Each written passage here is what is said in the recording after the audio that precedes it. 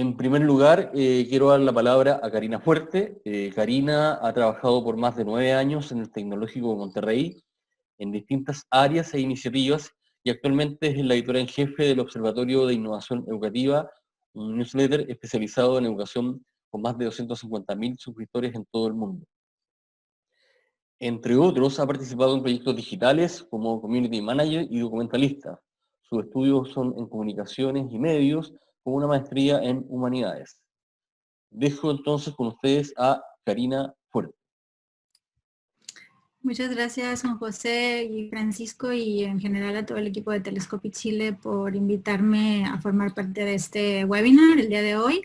Y bueno, voy a compartirles mi presentación. Un momentito. Listo, ¿no? Muy bien. Déjame pongo mi cronómetro para no pasarme del tiempo. Pues bueno, buenos días otra vez y buenas tardes para quienes también puedan estarnos acompañando en otras partes del mundo.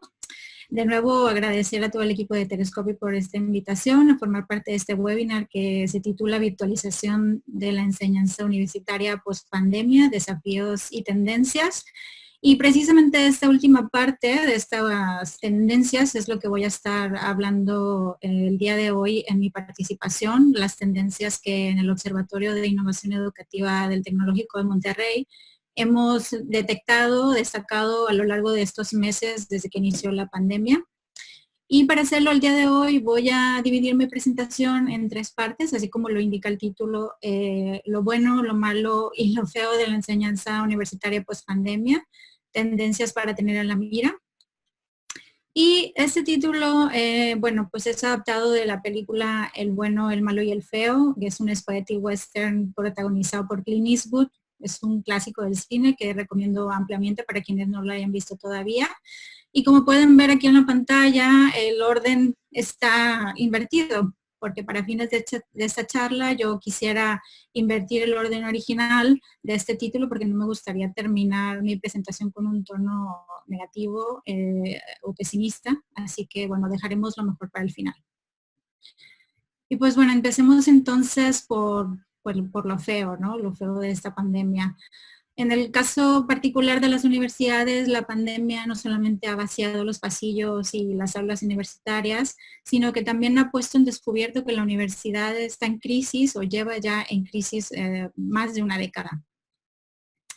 Esta crisis realmente no es nueva, data desde la gran recesión del 2008 y a raíz de este acontecimiento se han manifestado diversos síntomas que desde entonces ya indicaban una transformación y no solo inminente, sino también necesaria de la universidad. Entre algunos de estos síntomas podemos mencionar, por ejemplo, las tasas altas de desempleo, aumento en los costos de la vivienda en todo el mundo, inseguridad alimentaria, un gran número de personas que no tienen un hogar, que viven en la calle, un mercado laboral incierto, tanto dentro como fuera de la academia o de la universidad, además de una evidente brecha digital que existe en todo el mundo y que solo la pandemia lo único que ha pasado durante estos meses es que se ha exacerbado. Por otro lado, uno de los síntomas más graves de esta crisis del 2008 es la deuda de préstamos estudiantiles, que en el caso particular de Estados Unidos supera ya 1.6 billones de dólares y en Chile, en el caso particular de Chile, más de 2 millones de personas se han visto afectadas también por deudas educativas. Además de la deuda educativa, la precariedad en la academia lleva ya muchos años manifestándose, particularmente en 3 grupos vulnerables, que son los profesores asociados, los estudiantes de posgrado y los postdoctorados, que son figuras académicas que ya vienen sufriendo desde hace años con contratos precarios, también con ínfimos salarios y una constante incertidumbre sobre su futuro profesional, que ha traído como consecuencia una crisis de salud mental y emocional en la academia a nivel mundial.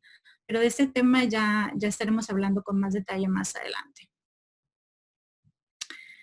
Y pues esta es la realidad que vive actualmente la universidad y a raíz de la pandemia estas problemáticas solo se han agravado. Si pensábamos que esto o que lo anterior que hemos visto es feo o es malo, pues esto que viene a continuación es todavía peor, ¿no? Veamos a continuación lo malo de las tendencias, la parte negativa de las tendencias que han surgido durante esta pandemia. Por si lo anterior fuera poco, la crisis sanitaria también ha propagado la adopción de un capitalismo del desastre. Este término fue acuñado por Naomi Klein en su libro La doctrina del shock. Lo que Klein quiere decir con este término es que a través de esta forma extrema de capitalismo, tanto gobiernos como compañías y empleadores usan como pretexto un desastre natural o en este caso la pandemia para beneficiarse directamente de la crisis, favoreciendo a los pocos más ricos a expensas de la mayoría. Este capitalismo del desastre ya se ha dejado ver en diversas universidades alrededor del mundo a través de planes de austeridad, recortes presupuestarios, despidos, recortes también en presupuestos y en plazas docentes, por supuesto. A pesar de que estos planes de austeridad han sido implementados en muchas universidades, ¿no les parece a ustedes que gran parte de los esfuerzos que se están realizando en muchos centros educativos se están enfocando principalmente en los protocolos sanitarios y de vigilancia? A través principalmente de un gran despliegue de sistemas de desinfección de las aulas, de los espacios de trabajo también de las universidades. Sin embargo, ¿son realmente efectivos estos protocolos? El término teatro de la higiene que podemos ver en pantalla fue acuñado por Derek Thompson en un artículo reciente publicado en The Atlantic y se refiere, teatro de la higiene se refiere a esta obsesión o cómo la higiene realmente nos da esa falsa sensación de seguridad. Y aunque los científicos dicen cada vez más que hay poca o casi nula evidencia de que las superficies contaminadas realmente puedan propagar el coronavirus, ya que principalmente se transmite a través del aire o por el aire, estamos desperdiciando una gran cantidad de energía y de dinero en la desinfección de superficies solamente. Yo entiendo perfectamente bien que la situación que vivimos actualmente amerita, obviamente, extremar precauciones para evitar el número de contagios. No me malinterpreten, yo soy la primera persona en caer en este teatro de la higiene, seguramente. Sin embargo, me parece que nos estamos olvidando de un aspecto pues, mucho más importante, creo yo, que vigilar el cumplimiento de los protocolos sanitarios, como por ejemplo, cómo nos encontramos, ¿no? Cómo nos encontramos mental y anímicamente, cómo se encuentran nuestros estudiantes, nuestras maestras, profesores, el personal de apoyo también, cómo estamos regresando a las aulas o cómo vamos a regresar a las aulas. Estos meses han sido caóticos, estos meses que hemos vivido a partir de marzo han sido realmente muy, muy pesados y han traído como consecuencia un incremento en el número de personas que sufren de estrés y de ansiedad provocados no solamente por la carga de trabajo extra, obviamente, que ha traído la COVID-19, sino también por el aislamiento, la soledad y la depresión que vivimos consecuencia de las medidas de distanciamiento social y también el miedo al contagio. La periodista Helen Petersen describe esta palabra burnout o este término, también conocido como síndrome del trabajador quemado o síndrome de desgaste profesional, como una sensación, como algo más allá de un agotamiento físico o psicológico, y es más bien como un sentimiento de estar exhausto de la vida en general, de la vida misma, pero a pesar de estar agotados, a pesar de estar exhaustos, seguimos adelante, no paramos, no descansamos. Y este burnout realmente se ha incrementado a lo largo de estos meses en los que hemos dedicado muchísimas horas a la preparación para este regreso a clases, tomando en cuenta todos los escenarios posibles, tanto un escenario presencial como un escenario completamente en línea o híbrido. Y durante estos meses millones de docentes y escuelas alrededor del mundo han puesto muchísimas horas de trabajo extra para dar continuidad académica a los alumnos y todo esto no lo debemos olvidar nunca mientras todos estamos sobreviviendo como humanidad una pandemia. Pero realmente el foco comúnmente está precisamente en eso, ¿no? En la continuidad académica, en cómo podemos continuar las labores escolares. Pero ¿qué hay entonces del bienestar de niñas y de jóvenes y por supuesto que hay del bienestar de los docentes? ¿Qué medidas estamos tomando para apoyarlos psicológicamente? Y tampoco creo yo que debemos restarle importancia a los que están viviendo millones de familias en todo el mundo ante los retos que implica la escuela desde casa.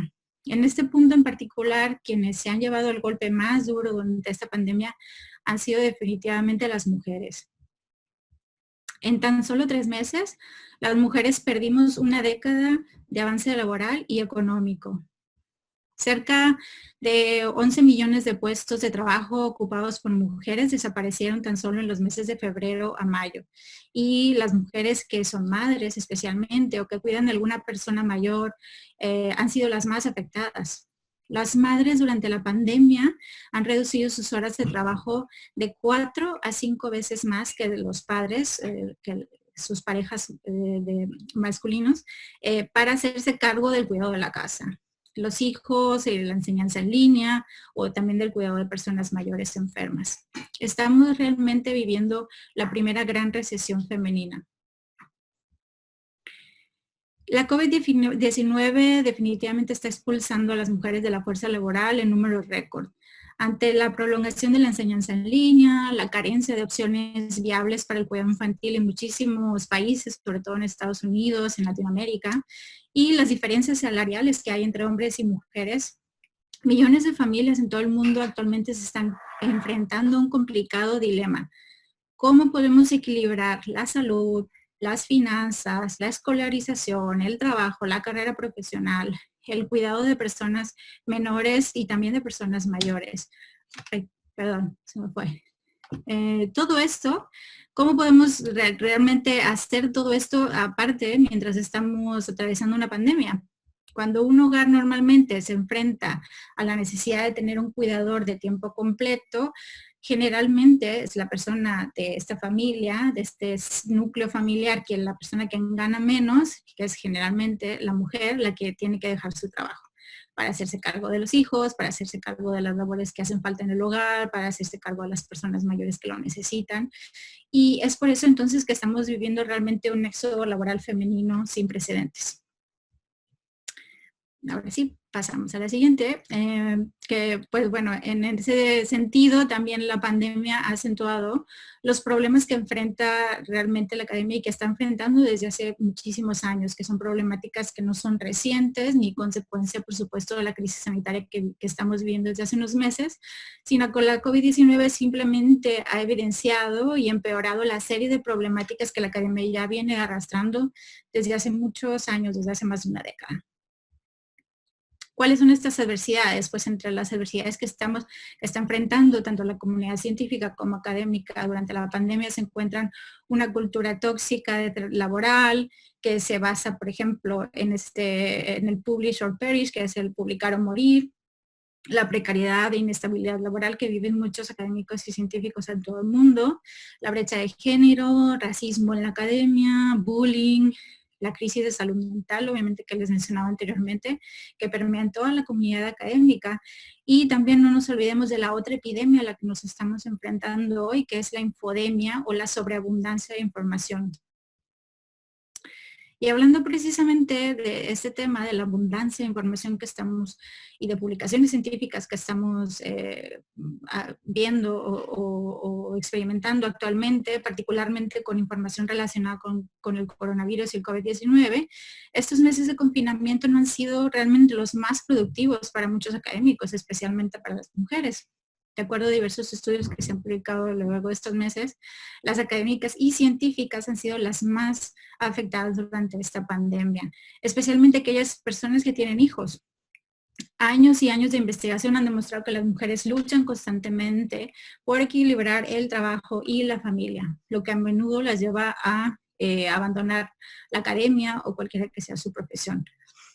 Y la llegada de la pandemia pues simplemente es igual como los otros factores que ya habíamos mencionado, simplemente los ha exacerbado los obstáculos que enfrentan las mujeres para avanzar en sus carreras. De acuerdo con un estudio publicado hace unas semanas, durante la pandemia el 68% de las mujeres siguen invirtiendo más tiempo en actividades domésticas no remuneradas, mientras que solo el 40% de los hombres o sus parejas les equiparan en horas de trabajo doméstico. Y pues bueno, otro de los grandes problemas que enfrenta la enseñanza actualmente es que en muchos sistemas educativos todo gira, o la gran parte del sistema educativo gira realmente en torno a la evaluación. Una de las preguntas más frecuentes que nos han hecho en el observatorio y que se ha planteado en general a la comunidad docente durante esta pandemia es ¿cómo podemos evaluar en línea? O mejor dicho, ¿cómo vigilar a los estudiantes para que no se copien durante un examen online? ¿Cómo podemos evitar el plagio en las tareas y proyectos en línea? Es por eso que durante este año el uso de servicios de supervisión de pruebas en línea, como pueden ser Respondus, Proctorio o ProctorU, entre otros que también existen, se ha incrementado de manera significativa. Pero el uso de estos servicios no ha sido bien recibido ni por la comunidad estudiantil ni por la comunidad docente, quienes han protestado en contra del uso de este software de tecnología o de vigilancia, no solo porque es intrusiva, sino porque en muchos casos es incluso absurda.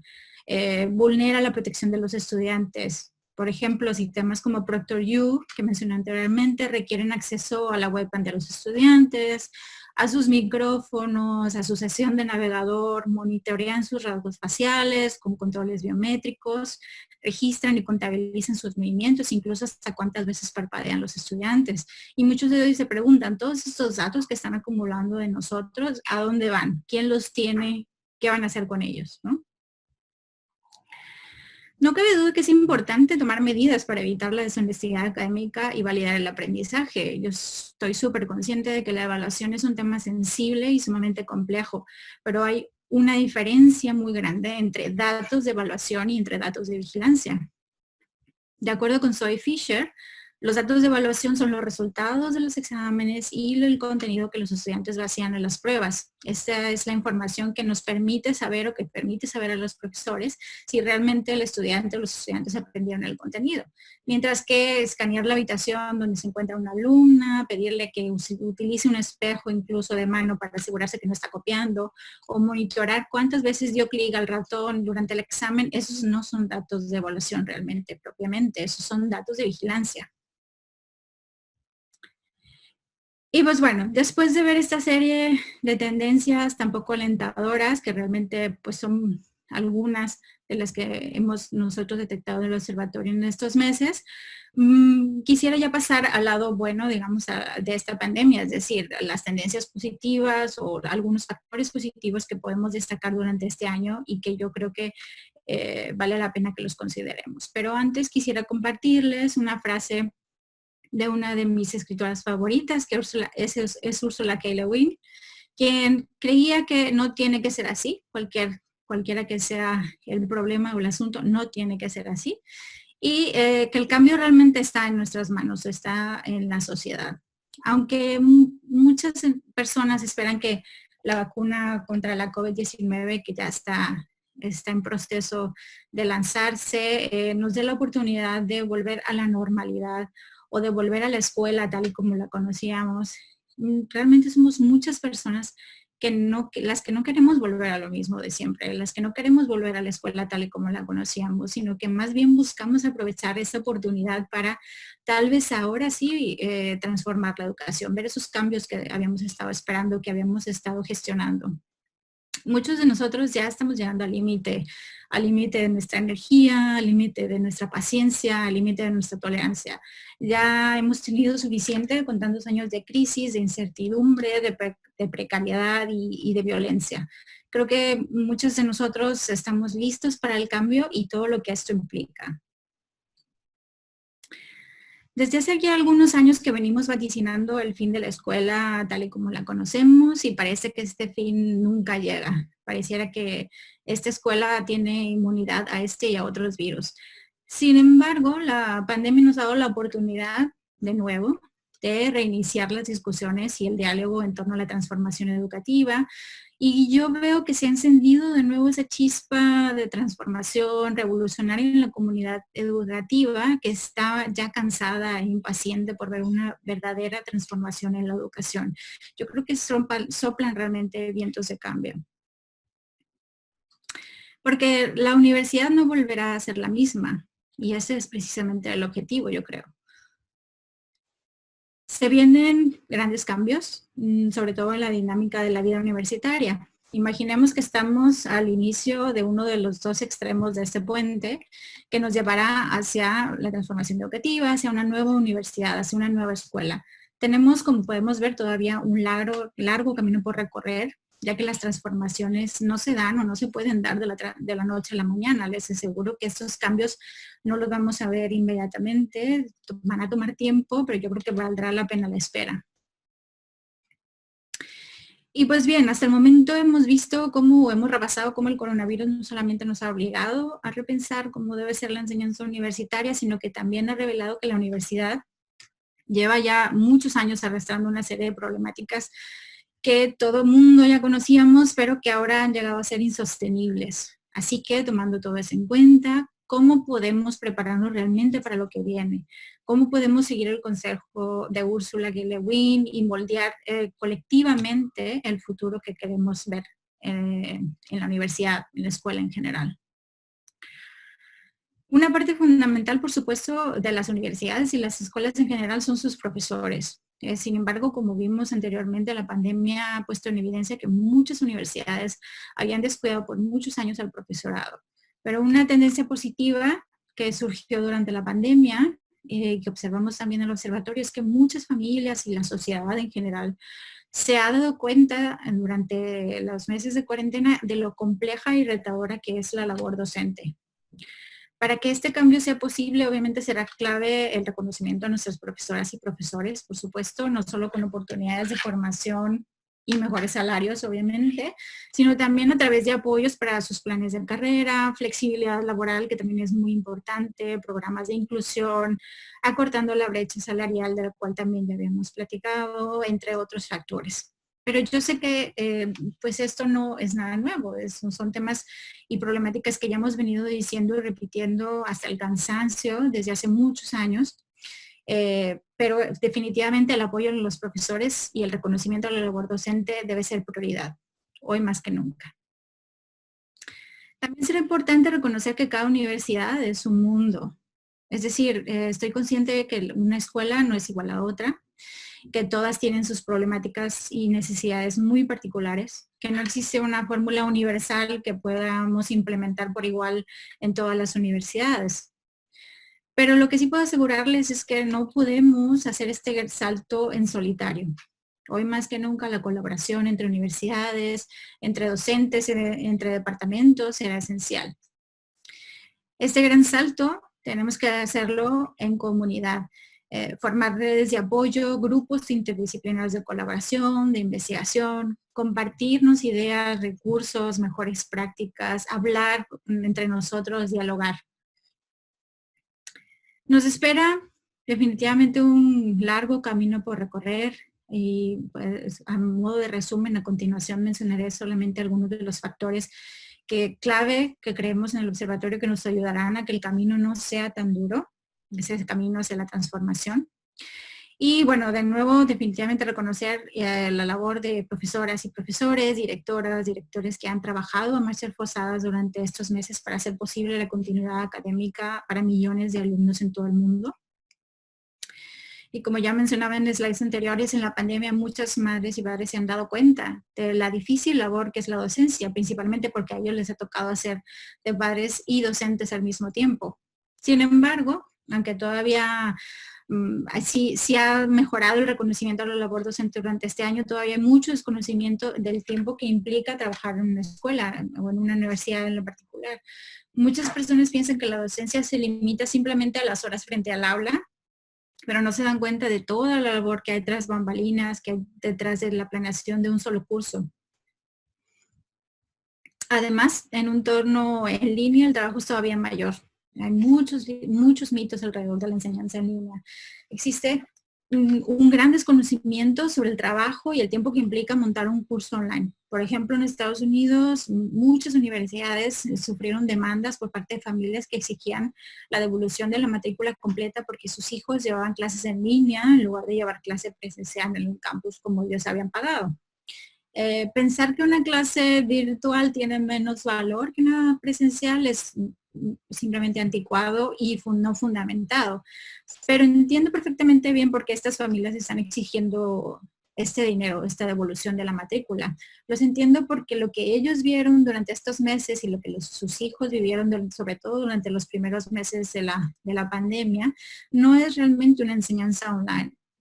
La enseñanza no es eso. Lo que sus hijos recibieron fue una enseñanza remota de emergencia, que es muy diferente. En este sentido, tenemos que educar también a las familias. Es importante que entiendan que la escuela hoy en día es muy diferente a la escuela donde ellos estudiaron y que va a ser muy diferente todavía más en los próximos meses y años. Para lograrlo tenemos que involucrarlos. Tenemos que involucrar a las familias en el proceso de enseñanza-aprendizaje para que estén informadas de manera que puedan entender lo que implica el trabajo escolar en entornos digitales, sobre todo. Definitivamente, entonces, la transparencia aquí va a ser fundamental.